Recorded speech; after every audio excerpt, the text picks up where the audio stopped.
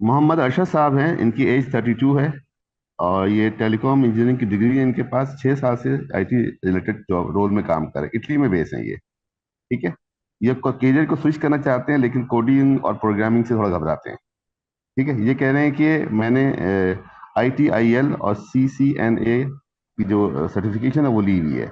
इन्हें अनाफे पर नजर आया कि ISO 27,000 जो है, 27000 जो है कोर्स, इनको इंटरेस्टिंग लग रहा है इनको। ठीक है।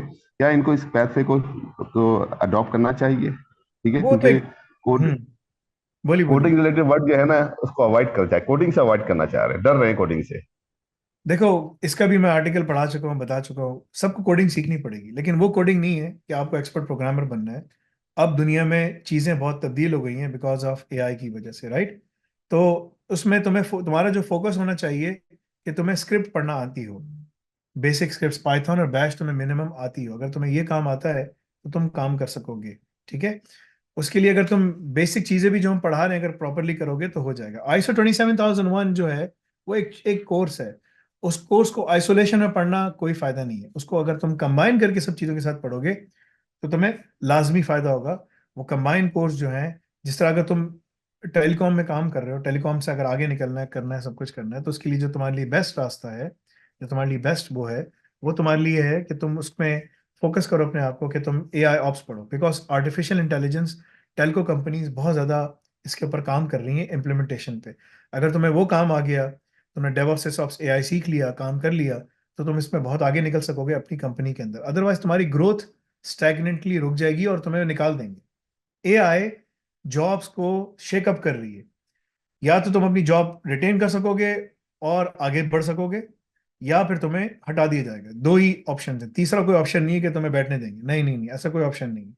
AI सब चीजों को आके शेकअप कर रही है। So if you really want to proceed in Italy, ठीक है ना, अगर तुम्हारे पास ब्लू कार्ड हो गया, सब कुछ हो गया है, ठीक है ना, तो तुम्हारे सारे रास्ते भी खुल जाएंगे, तुम कहीं पर भी जाके काम भी कर सकते हो। So I would strongly recommend you to go and study AI ops, diploma in AI ops, pass the exam, get all those things done। CCNA की जीरो वैल्यू, जीरो जीरो समझते हो?